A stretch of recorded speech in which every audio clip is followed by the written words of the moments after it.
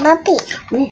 Back at it again. It's another edition, a family affair here on the State of Football, Part 60 edition. Whoa, time flies. Our 60th show here with Rick Saratella, John Murphy, Big Law on Friday. That is a football Friday, October 23rd. Shout out to the Pac 12, who will be playing a lot of football on Fridays. Shout out to the Big Ten. Hello, they're back again. Shout out to the Mountain West. Can you give me some 3 a.m. Hawaii football? They're on the road this week, but you know I love me some Hawaii football late night. And so we're going to talk about it, be about it for the People's Champion. If you're tuned in on Twitter, Facebook, Periscope, the whole shebang, please drop us a line. And we love to interact and give back to the NFLDraftBible.com. If you subscribe today, you'll get our updated fall grades. We have an updated big board over, I would say, close to 800 players ranked.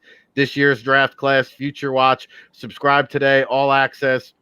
And you'll also get a free copy of our good friend Neil Stratton Scout Speak, who you see back here. We've got a whole pile left as while supplies last there. Of course, like I said, John Murphy, my co-host each and every day down there in Louisiana, representing the Toronto Argonauts. Big Law on the road down there in the VA. Seven City Shop Talk, of course. Make sure you check him out.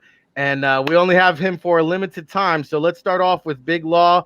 Oh, by the way, somebody picked up another game on the Pick'em standings. We'll talk about that NFL game last night in the second part of the show. I'm extending my lead. Oh, it feels good. All right, Big Law, let's start off with the college football landscape. We got some games tonight, as a matter of fact. Big Whiskey taking on Illinois. Some Big Ten football. Like I said, it's back, baby. Hey, good morning. This is a football Friday, but let me start it off with, hey, we tease him a lot because we got him on the spot. Welcome back. Hey, welcome back. I'm dating myself right now with that. Welcome back, Big Ten. What's going on, y'all? Hey, we're back in the building. All right, I'm happy to see this. Finally, it's gonna feel like a full a weekend in a college NFL weekend of all sports, but in particular having the Pac-12 and Big Ten in is definitely something that we are have always been looking forward to. Now they kind of got the guts to jump back into the game, but big game this weekend. I can tell you like this: I think that Wisconsin actually has an opportunity for the first time to really be considered in the bowl playoff if they can get there with Ohio State. So they have this weekend, they have Illinois, who has, I think, a decent quarterback. And, you know, right along with Brandon Peters. And I want to say, I'm trying to pronounce his name properly, the good receiver they have, Immortal Bebe. You guys are familiar with the wide receiver? I'm gonna leave that one up to you, but it sounds good. He's a stud. He's a big, fast receiver. He makes plays on the outside, but I don't think that's going to be enough to get past Wisconsin. Sure, you know they don't have their regular quarterback Jack Cohn, but looks like Garrett. They're going to use the running game. They're going to have a Garrett Groshek back. They're not necessarily they don't have their regular typical running back per se. That's outspoken and where who's going to be the every down back. But I'm looking forward to seeing who Wisconsin's new bell cow back is going to be.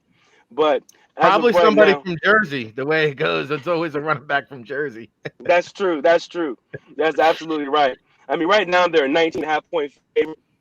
I don't see Illinois coming up, with enough juice, to contest with the way that Wisconsin is going to come after them, especially with the running game.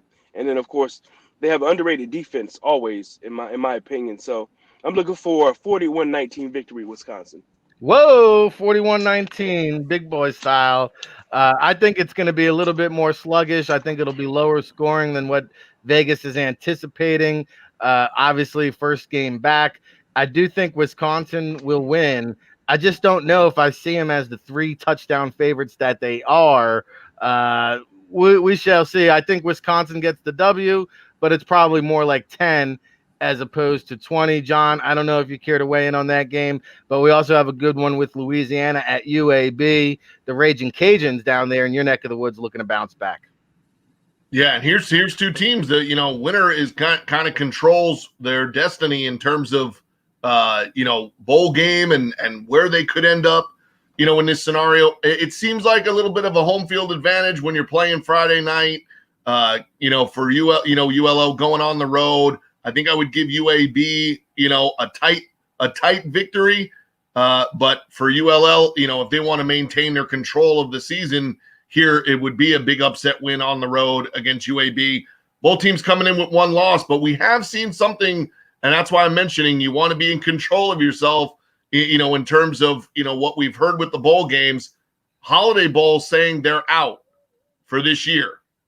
How many of the second-tier bowls will have to follow suit based off of how many people they will be allowed to have, per game, right? And then it also makes me wonder, will these COVID rules suggest that will there be a Rose Bowl in the same sense of how the Rose Bowl's almost always been played?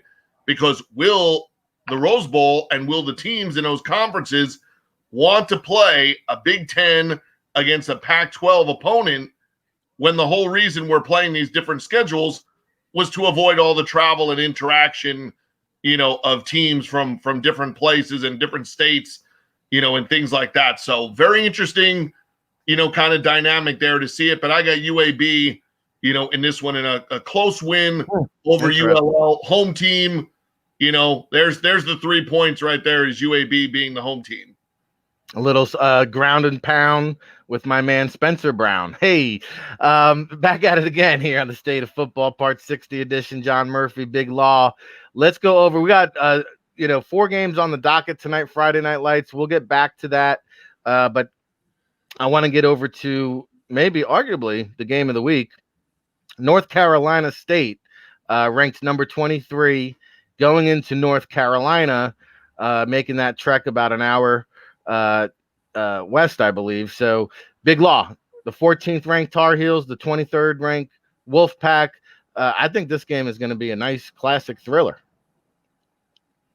Take it off mute, baby. Instant classic, baby. Yeah, I think it's going to be a thriller as well. I'm kind of thinking about the them losing, as far as NC State goes, them losing Devin Leary, who I saw him play earlier in the season against UVA. The kid can make some plays. He has some wheels a little bit. He's a little bit more accurate than I ever thought he was. And, for not having that many big name receivers, he made some plays out there. And another thing is their defense is a lot more stout than you would think it is either. You got Aleem McNeil, who pretty much made the play of the year on defense in the ACC when he picked off the UVA quarterback and ran it in. He did the whole trifecta. He tipped the ball, caught the ball, and then he ran it in for a touchdown. Aleem McNeil's a stud, 6'2", 320. That guy is a massive force in the middle, and I think that's going to give UNC some issues trying to run up there. They got some active linebackers as well at NC State, but UNC finally got Sam Howell off the snide. I mean, he looks better. I mean, they got throttled in the first half against Florida State, and Florida State held on for the victory there. But at the second half, you see Sam Howell get into rhythm. And when you get that going on, and the running game being what it is, I think that UNC finally can put a good offensive game together. Defense, I don't know what's going on with them on defense.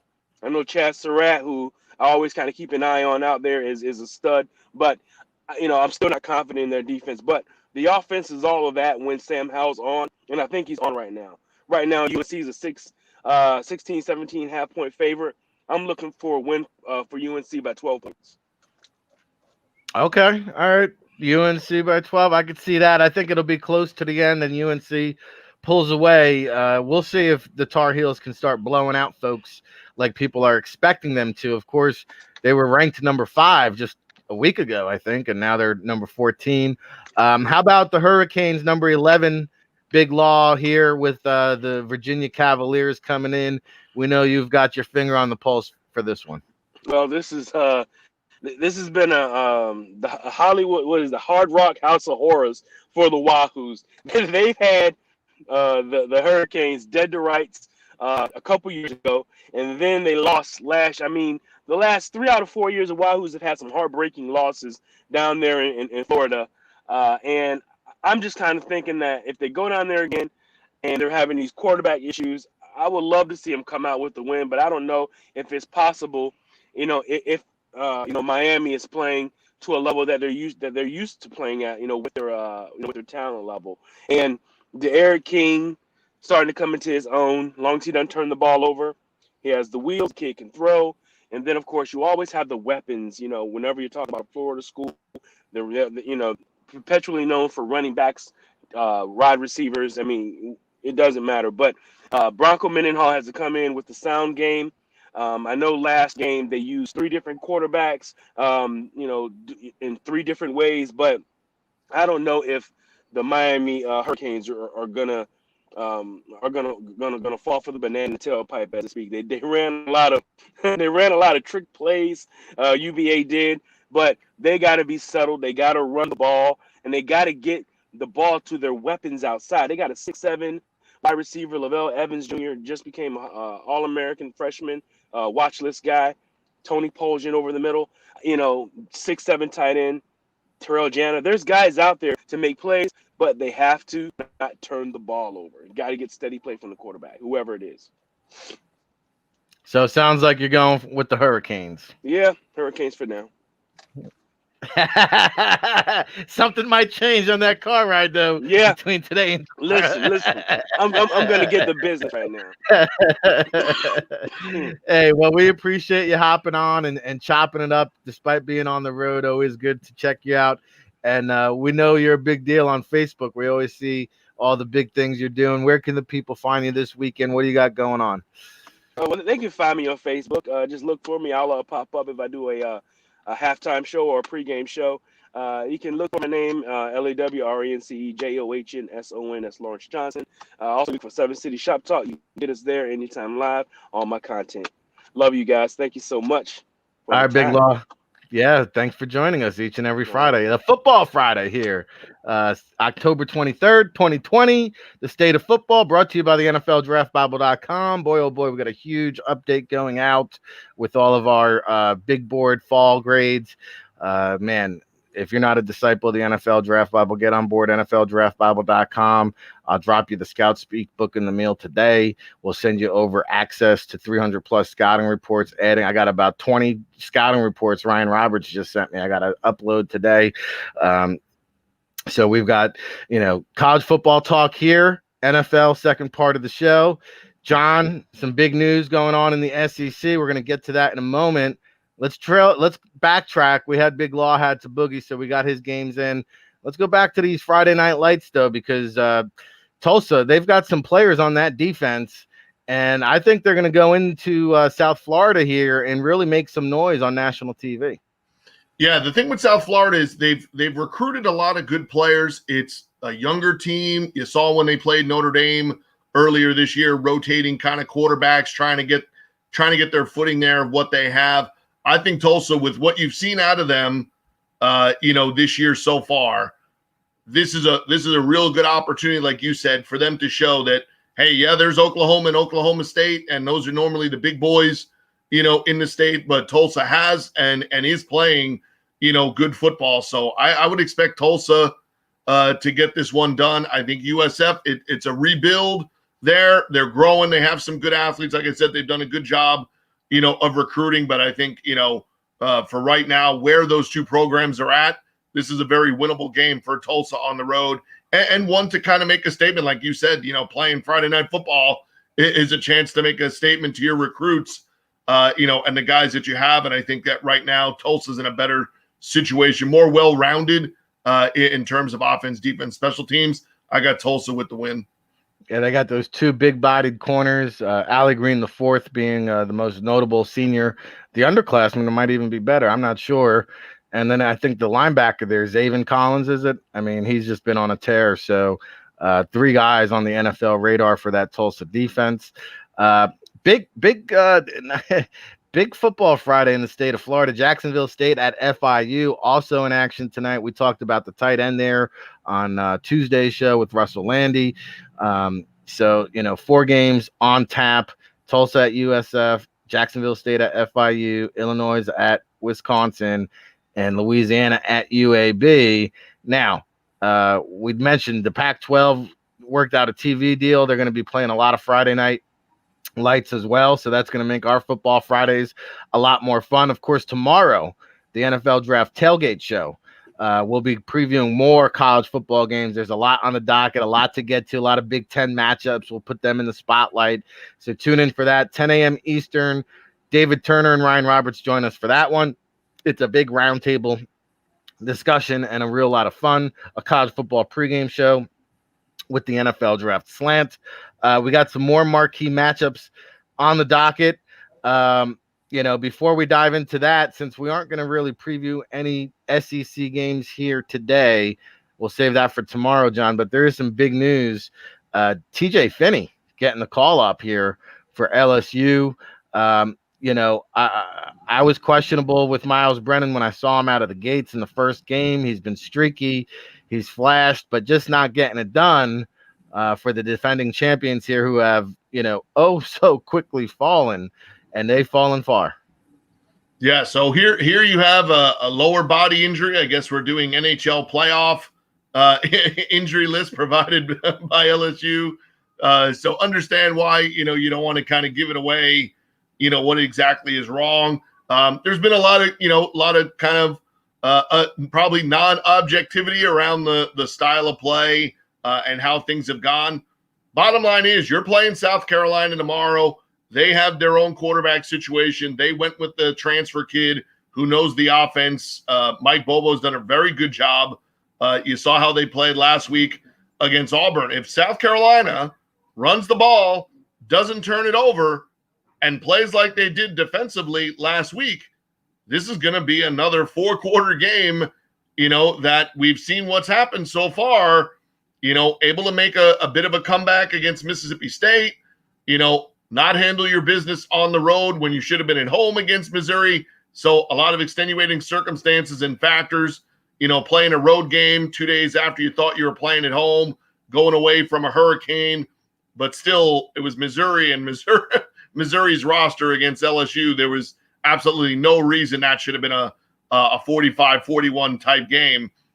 Like I said, the best one-on-one matchup potentially of this weekend, college or pro, could potentially be J.C. Horn lining up against Terrence Marshall, there. So J.C. Horn, back-to-back weeks, he's in the spotlight. He got the better of Seth Williams last week. That the winner of this game will be determined on these one-on-one matchups where South Carolina actually matches up very well against where the core of what LSU does. So, again, what you need to see here is a more balanced attack. You can't understand with the backs that they have how they're not getting that. The younger O-linemen stepping up and making some plays.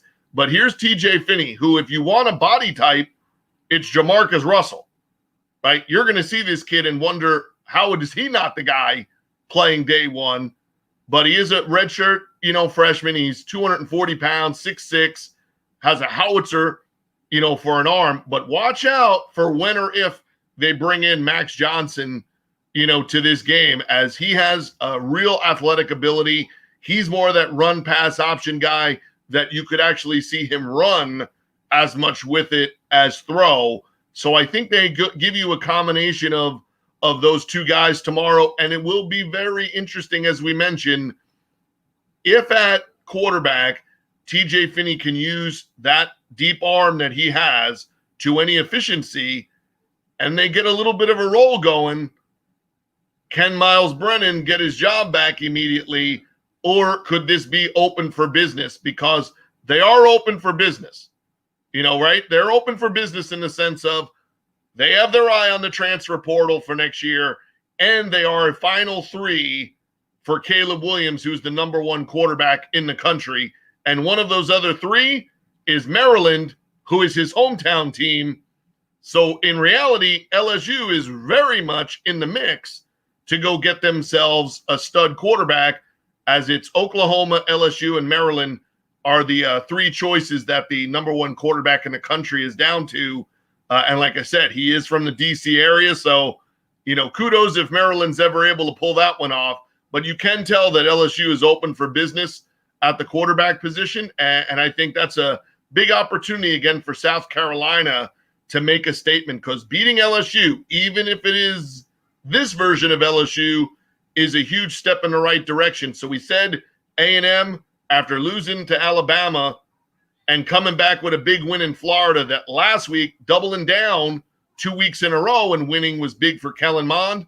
This is a huge opportunity for South Carolina to go back-to-back wins against Auburn and LSU. If you're that South Carolina program, I don't care if it's COVID. I don't care if they have the backup quarterback. I don't care if we're on the road. You get back-to-back wins against Auburn and LSU, you're sitting in a different position in terms of where that university thinks their program is at. That's a big W if they can pull it out tomorrow. Well, that's what they've been waiting for there for Coach Muschamp. So we'll see if they can pull that off. LSU on the upset alert again with the new quarterback. Hey, you get NFL draft, college football, and high school recruiting. John Murphy mixes it all in like a big pot of soup over here. We're making the Sunday gravy. Football Friday in full effect here. We have the NFLDraftBible.com. If you've been viewing at home, you'll see Samantha has been putting up our viewer-only discount, 50% off. Familia 50, FAMILIA 50, and you enter that at your checkout. Shop there on the NFL Draft Bible. That's across the entire website. You want a seminar, you want Baldy's breakdowns, Friday Night Scout School, the NFL Draft Bible, all access publication. We're like Crazy Eddie here. We're insane with the deals. All right, Big Ten back in action, John. We mentioned it. We talked about Wisconsin and Illinois earlier in the show.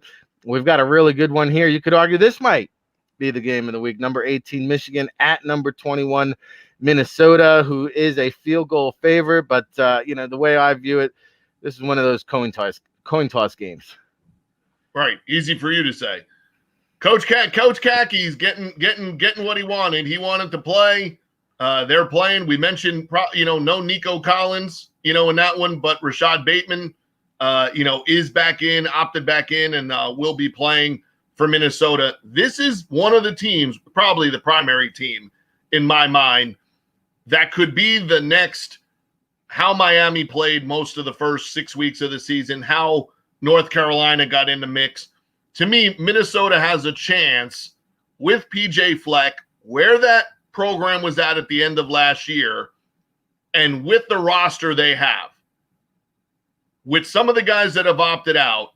This to me is not a dark horse. This is, this horse is right out in the open for you to see that this program has another legitimate shot here to be not only a top 10, but a shot to put themselves, as that kind of other team that could get themselves in the mix. If there is a second team, to me, in the Big Ten, this might be it. Because Wisconsin should win that game tonight, but don't forget, there's a real shot that Graham Metz is playing if Jack Cohen is not ready to play medically. So there's that. You have some people who believe Nebraska will actually give Ohio State a bit of a game tomorrow. We'll talk about that tomorrow and see if it's true. But I think this is a great opportunity for Minnesota.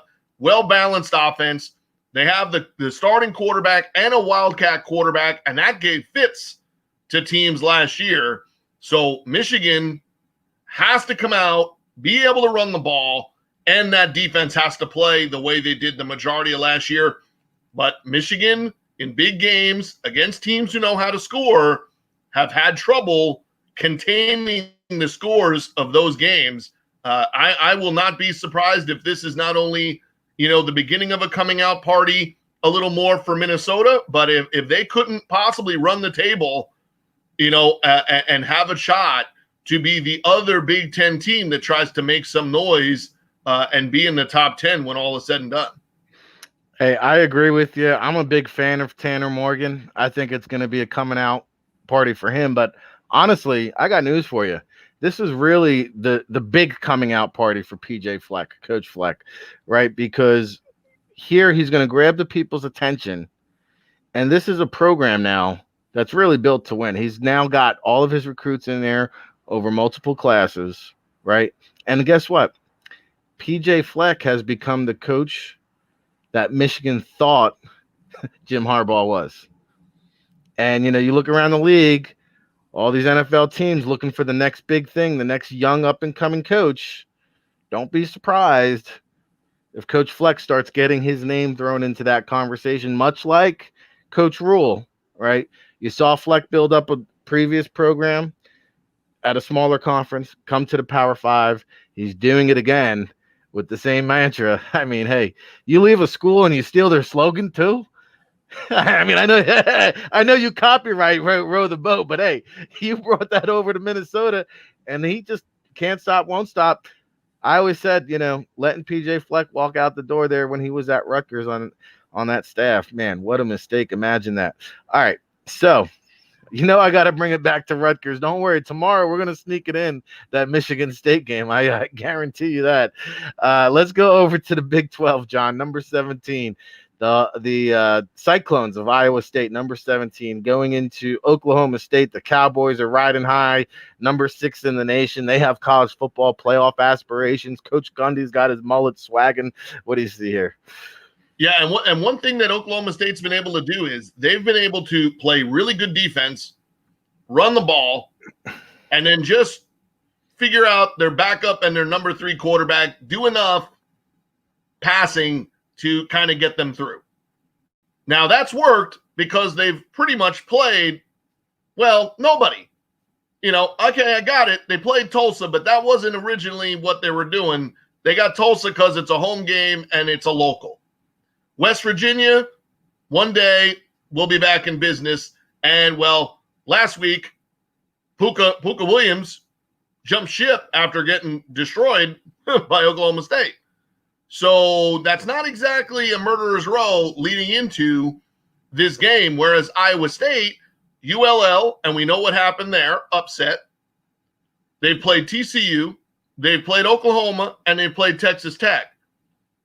Iowa State is a little more prepared for the first real game, here, where this is the real first game of the season for Oklahoma State at home.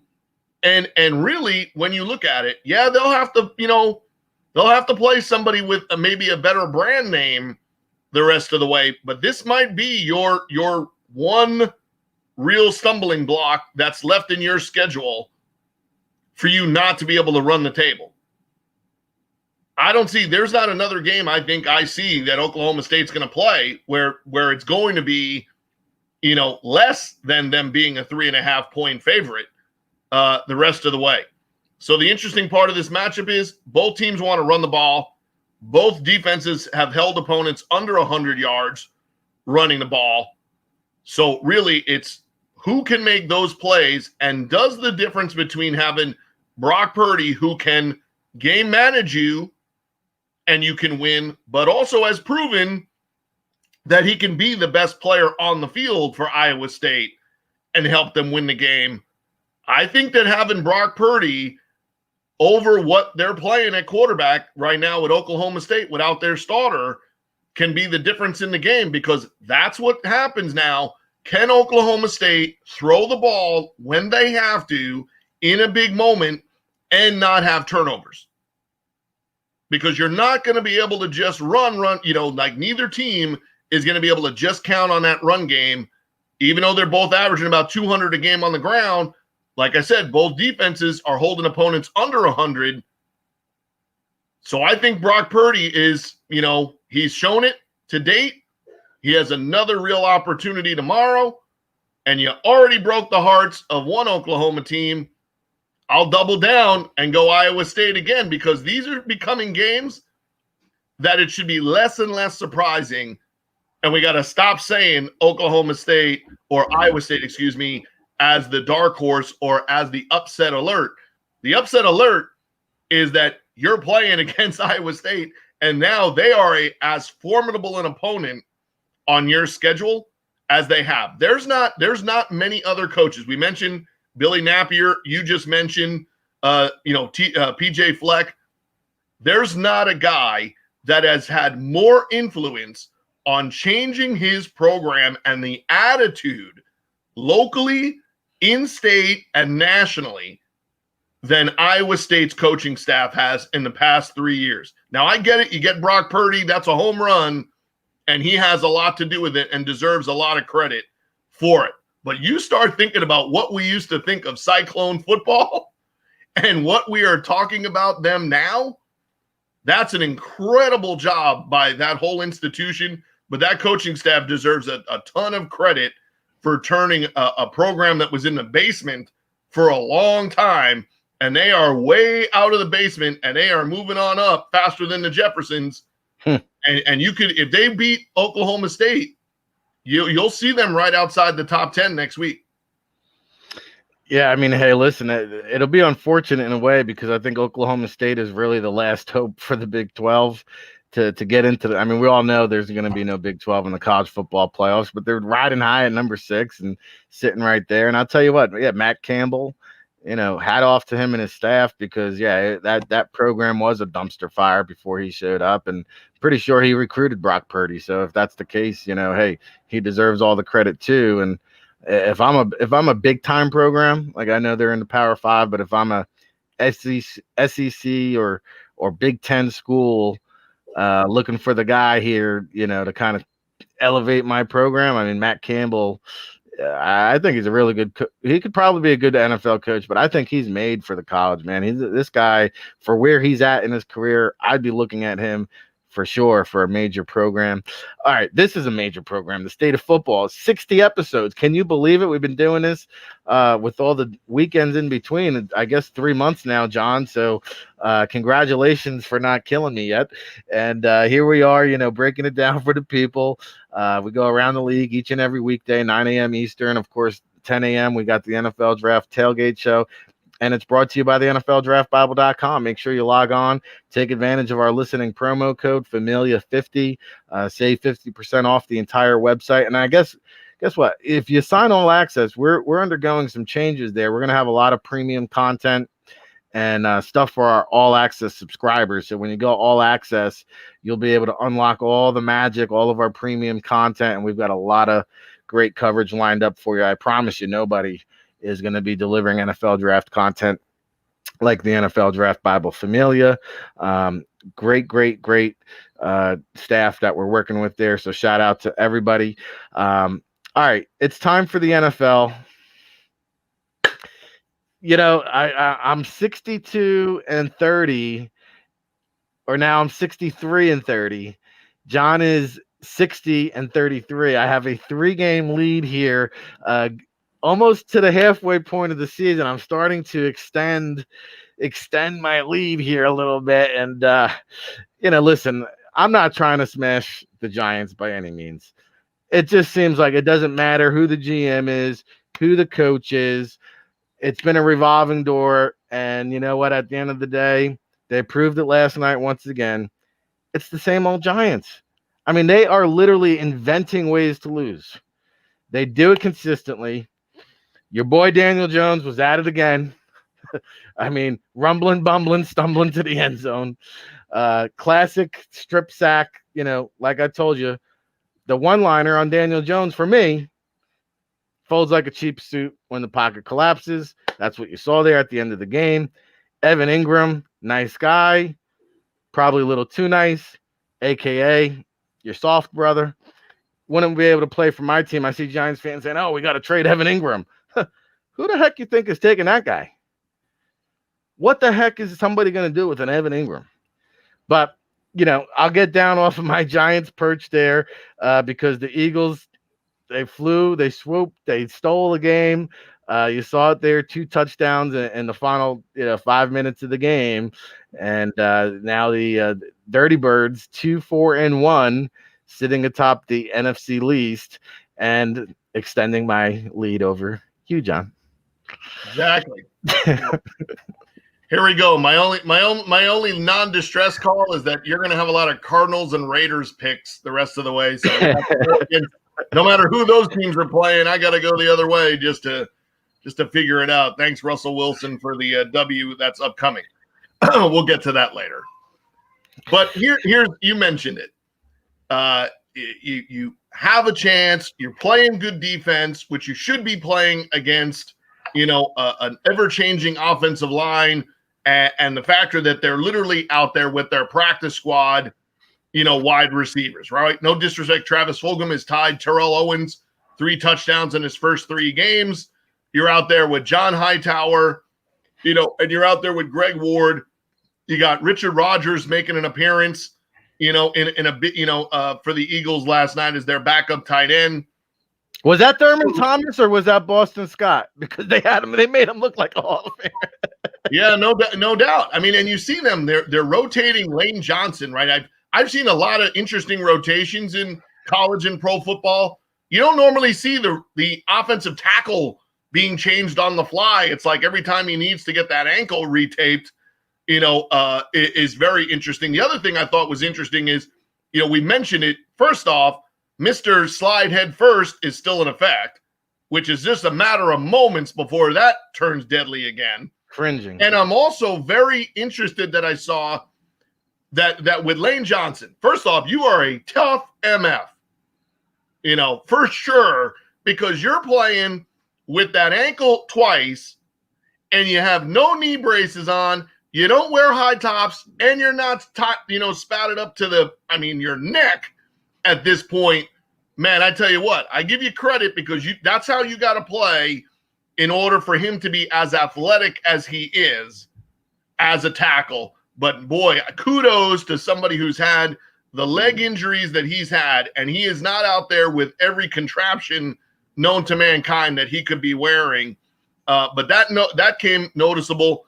If you're the Eagles, it's a difficult season. If you want to add a few spare parts, that's okay. But I'm not sure if you add a linebacker, especially not a backup, or a guy from the Jets or some of the guys that they've mentioned, that guy's going to play any better than Alex Singleton, former CFL All-Star, because you watch and that 49 is flashing into the screen, a whole lot. Where I think they have some trouble is he's about 230. The other 2 linebackers they have are safeties playing linebacker. So, I'm okay with how the effort that you're seeing the Eagles give in these moments. You're down, right? You're down 2 scores against the Ravens, which that's not going to really ever turn out the way that it did down the stretch of that game last week. And that's on Sunday. And that's a hell of an effort because you play the Ravens. One thing. You're kind of soaking in the tub for 2 days to get over that game, win or lose. Then you come back down a few more guys playing on Thursday night, quick turnaround, 1 game to prepare. Most people would say that's enough days to prepare for the Giants on any given week, 1 day. But you get 1 day to prepare, and you come out there and you're down again 11 points, and you got a shot, there to turn your season around, and you're down 11. I mean, that's a great job. I mean, granted, hey, the Giants do a lot of things wrong, which happens when you're going bad and when you're not a good football team. Wide open pass from a young quarterback, to a guy that should be able to catch that ball a lot of the time. He doesn't have the confidence. They keep trying to give it to him. Giants, they give him the ball first play of the game. They get his hands on it on a tight end inside handoff. Mm-hmm. They're doing everything they can to try to establish some continuity and get him into the game. You see the touchdown to Tate, which was a great throw. The touchdown to Sterling Shepard, he keeps his wits about him. Those are good plays. But then the first penalty of the season against Will Hernandez, you can't come at a worse time. The 2 penalties on defense, they can't come at a worse time, in there. So, yeah, you just look at it, and kudos to the Eagles for, like I said, you stuck with it the whole game, and where you have some playmakers left, with Fletcher Cox and Brandon Ingram, that's the story of the game. But the turnovers with Daniel Jones has been kind of the highlight or the red mark against him, in these first 20-odd starts, because that's still there, and that's another fumble, and such. And the other thing that I'm watching is, I'm not saying Andrew Thomas can't play in the NFL. He might not be a left tackle. No, you got to start Pert. You got to start Pert, who was MIA last night. But so there's part of your issue. I think you can't expect better out of your ground game if you're going into it with what Freeman has left in the tank and how well Gallman ran and played. You're seeing a lot of times good things out of signing Bradbury. He seems to be a legit, signing and a good opportunity. I think you like what you're getting out of Logan Ryan. There was a ticky-tack kind of, I wouldn't have thought that you needed to call that, where they called it at the end of the game there. I didn't really think that impeded, things. It's in the first 3 yards, of them, and they were kind of step for step. Was there a little pull? Yes, enough for me to, want to throw that at, Fulgham hasn't done enough to me to deserve that call in that moment of the game. But kudos for the Eagles because, you could shut this down, between them and the Cowboys and the Niners. The injury list, is incredible. So for them to kind of be able to stick with it, even though there's been multiple times here where you're on the verge of going 1-5 or worse, and you're actually now going to, be a Redskins win away from having first place all to yourself. And on the flip side, I think if you're in the Giants situation, this is where you have to look at some of these places and some of these things now and decide truly what position can he play, if not left tackle long term. If you're done seeing what you needed to see out of Ingram and somebody is offering you a mid to late round pick, good luck. Go ahead, right? Like, don't worry about the upside. Don't worry about that height, weight, speed that you saw coming out. It's not happening with you.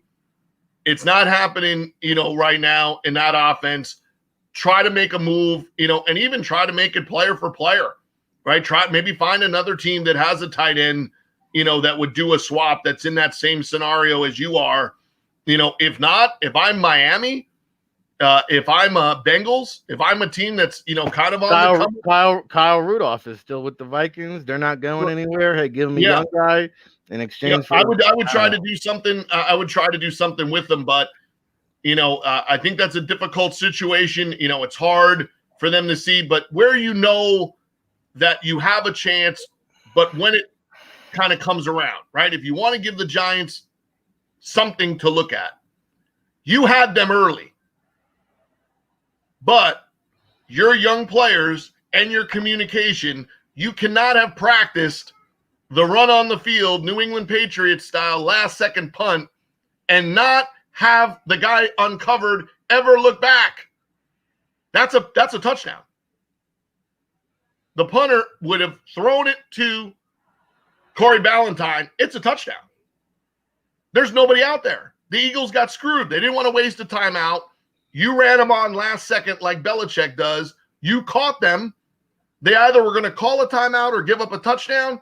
Instead, you ended up having to punt. That's unbelievable.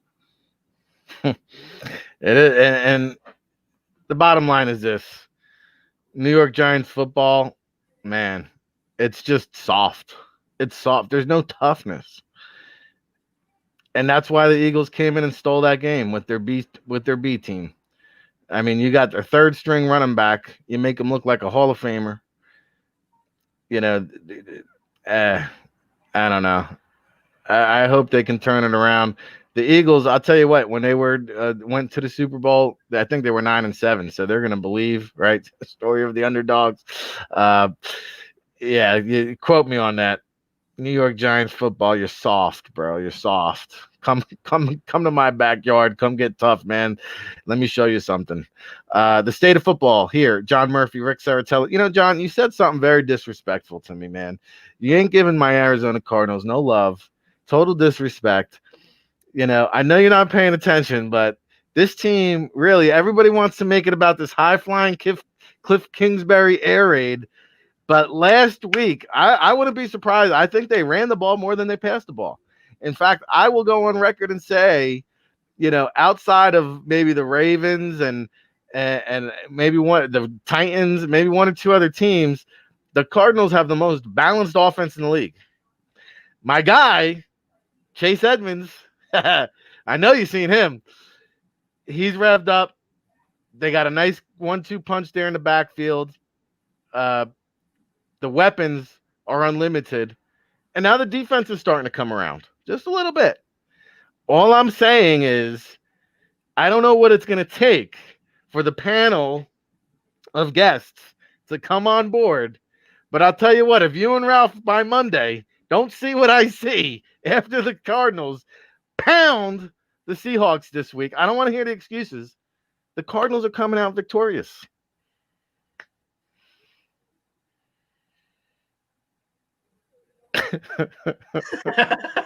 Well, I'm wondering if we'll see this week. Could we see a snacks appearance? Do the Seahawks pull out their secret weapon for this game? We know that the team, Team Florida. If you're in Florida, good luck having snacks chase down Kyler. Miami and Tampa, tried to chase down and grab snacks off their PR. So kind of makes you wonder if this might be the possibility, for his coming out party. If not now, it will be in this type of situation to where I think the good thing that they've done is, what you saw last week.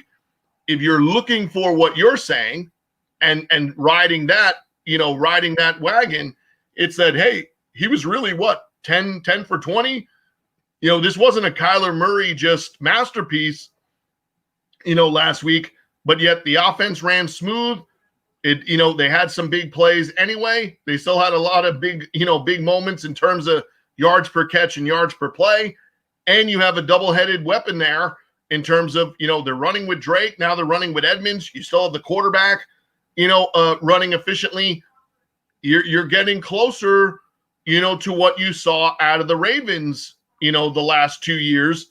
It's now a question of, now that was a great trade yesterday by the Ravens to get Ngakoue for similar value to what the Vikings had traded for him. But to me, if Arizona wins this game this week, and then in the next 10 days can turn around and get themselves a Carlos Dunlap, a Ryan Kerrigan type guy, find a pass rusher that's available. You don't have to go hitting a home run, but if you can get yourself a guy that can create some pressure for you. And last week, I saw something that probably warmed your heart, which was a Hassan Riddick. Hassan Riddick showed up last week, so if they could get a little bit of juice out of him and a little bit of juice out of a pass rusher they could acquire, the division can turn in their favor. But this is a huge opportunity for them. You're right, Tim. I think this would be the moment, maybe not for the rest of us, but this would be a moment for them, to put themselves on the map. If you can control Russell Wilson the way you controlled the Cowboys.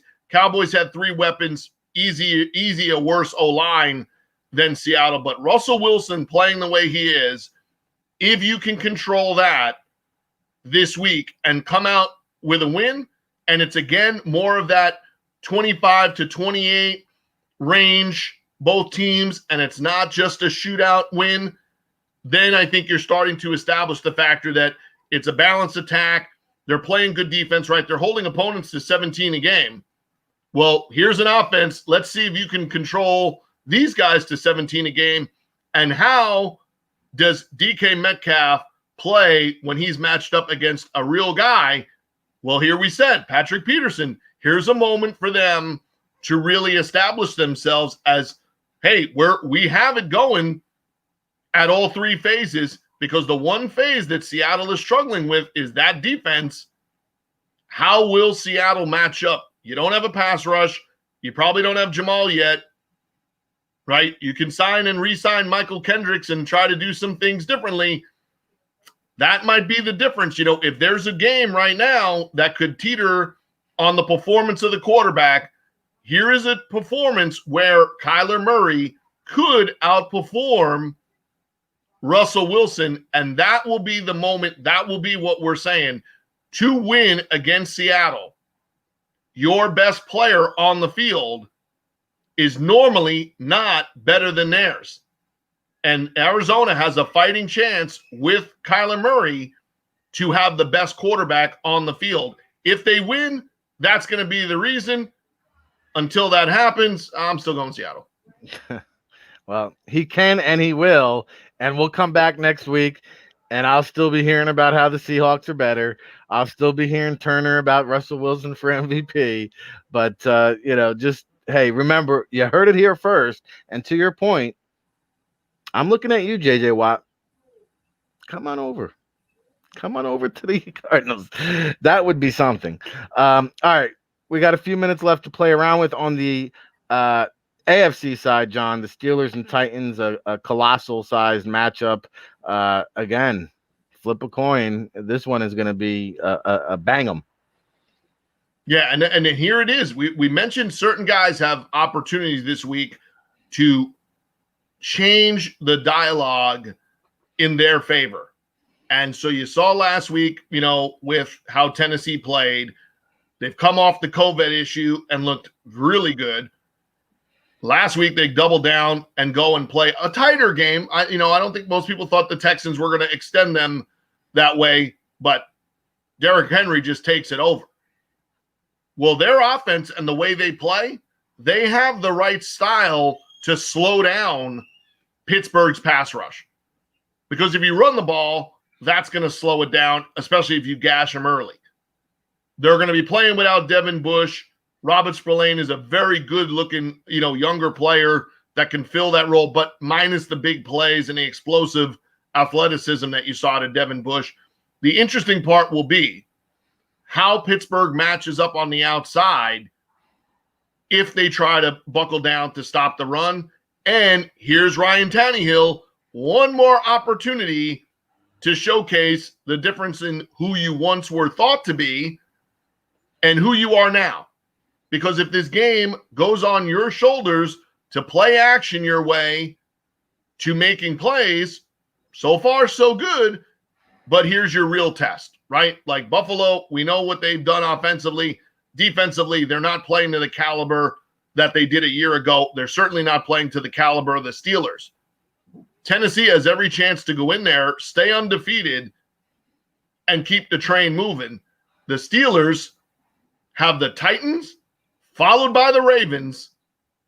So their schedule, this is their moment in time in their schedule, to see what's what. I got the Titans with the, I think it's a little bit of an upset, there. I think, but I like what the Titans offer on both sides of the ball. If you had a worrisome part of picking the Titans, it would be the factor that, you're probably playing Dennis Kelly, flipping over to replace Taylor Lewan. But their O-line has played well as a unit, played well when Lewan has been out a couple of times, with knick-knack injuries and been out, in little stretches of time. I don't think that changes anything, for them. It may change some things long-term in terms of getting Isaiah Wilson in the mix at right tackle over time. But I like the Titans in a close game. But again, it gives you every opportunity. The winner of this game, Tannehill and Roethlisberger, if they play well, buffer themselves kind of a little bit into that dark horse, next guy on the second tier of the MVP candidate tour, where they're currently not. Same way as you mentioned, Kyler puts himself in the front seat of that next tier, top of the next tier guys, for MVP. If he were to beat Russell Wilson, and we've seen it, right? Aaron Rodgers, we mentioned it. You're at the top of the hill one week, and week to week, we're seeing some interesting things. So come off the blowout against the Browns, feeling a little good about yourself. Here come the Titans, and they're a very different brand, of football. You got to be ready for the smash mouth, but more importantly, you got to be ready for that play action because Tannehill has been as good as anybody running that style offense. And right now, the Titans seem to have the hot hand. They have a head coach who knows how to call timeouts, knows when to win with 12 guys on the field. Right now, the Titans got to feel pretty good about themselves. Hey, I don't think it's an upset. I'm right there with you. As you know, I think the Titans are the best team in the league today. So I've got the Titans winning this one as well. But yes, two of the most efficient quarterbacks in the league. I think Big Ben is 11-1 touchdown to interception ratio. Tannehill's 13-2. So I like the Titans here. and they're running off to a good start. I wanted to make a point, but I forgot. So that's what happens here on the State of Football. October 23rd. It's been a football Friday. I had something good to say, but that's all right. It'll come back to me, John. We didn't get to cover all the NFL games. We got some other good ones we didn't get really a chance to dive deep into. 49ers at Patriots was on our list, and a couple other games, but anywhere else you want to go here with wrapping the show up in terms of NFL? What is this, week 7? Are we on week 6, 7? Oh my God.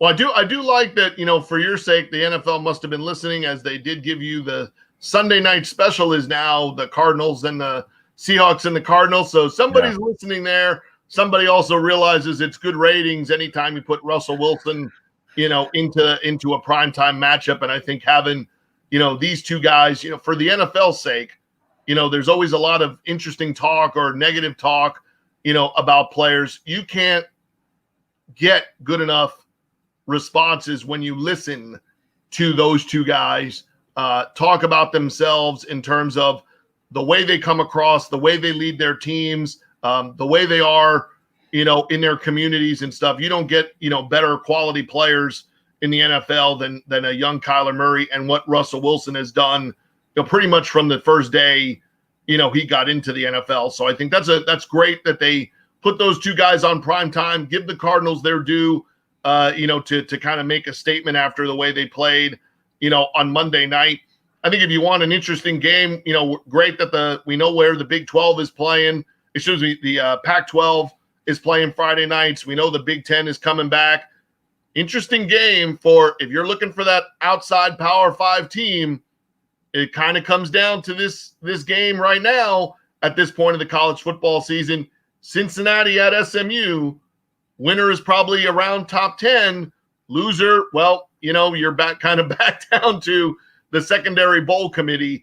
But saw SMU put up a lot of points last week, but they also give up a lot of offensive yardage. So if you like to see high-flying offense, you could see a good amount of points in this Cincinnati SMU game. The one thing Cincinnati has is a much more efficient defense. They do some things a lot differently. They have kind of that run-pass quarterback, and they want to run the ball as much as they do throw it. SMU is going to throw and then throw some more. Keep an eye on JUCO receiver Danny Gray. He's the one who's now kind of replacing the targets that they lost with Reggie Roberson. Also be interesting to see Ulysses Bentley was not on the field in overtime. Could have been gassed, could have been some other things, but if he's out, that's a big difference maker in that game for them. And then you got my guy James Wiggins playing safety for Cincinnati, University of Miami transfer, who I believe is really going to be on the come up when we get to the All-Star game and combine circuit for what kind of player he will be seen at as the next level. They're going to Texas. Texas is at home. SMU's at home. SMU's the last chance for a team in Texas to make it to a big bowl game this year. And unfortunately, that will all come to an end. As I think Cincinnati, it's not an upset, but you are on the road, and it's two tough teams that are playing against each other. I got Cincinnati because I think they just play better defense, and I think there's where you can win it, tonight. The run-pass option, I think, gives them some trouble. It would have given them trouble if Tulane had been able to kind of play more to that style.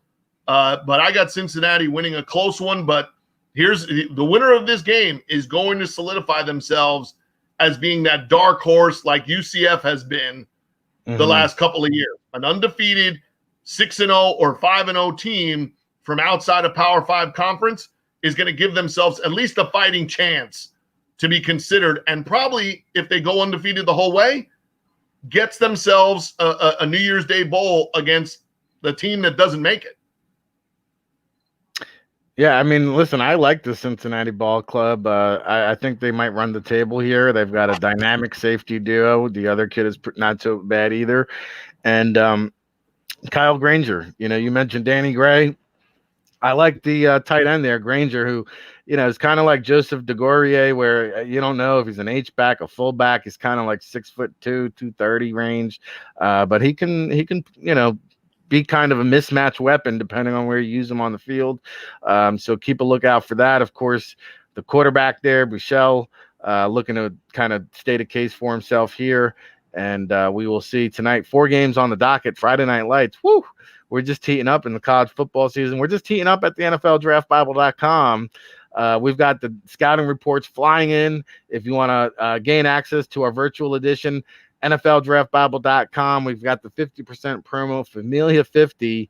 You get a copy of the Scout Speak book. You get our hard copy book of the Draft Bible in April. You get our PDF instant access to the scouting reports. And, that promo code is good for the entire website. We've got Friday Night Scout School tonight, by the way, where they'll be breaking down interior offensive linemen. And then next week, we have Wednesday, the Brian Baldinger's defensive line seminar. He just texted me. I know Aaron Donald is going to be one of the guys that he breaks down with the all-22 film. And if you want a baseline in terms of what to look for in an elite player, Baldy does it as good as anybody. Julius Peppers and Haloti Ngata are the 3 guys, along with Aaron Donald, who he's going to be breaking down. So that's going to be a lot of fun. Make sure you sign up there. And, of course, NFLDraftBible.com, we're going to be unleashing a slew of content. We have hundreds of interviews never before released. We have all kinds of premium content. So if you go all access, you'll gain access to all that fun stuff. Of course, for John Murphy here today, we had Big Law Lawrence Johnson, 7 City Shop Talk, to join us here on the Football Friday. I was your host, Rick Saratella, for the 60th edition, part 60, here on October 23rd, Friday, 2020. We'll be back on Monday to wrap it all up and bring it back around again. Don't forget to tune into the Tailgate Show tomorrow morning, 10 a.m. Eastern. I'll be back with this man, John Murphy, along with David Turner and Ryan Roberts. Till the next time.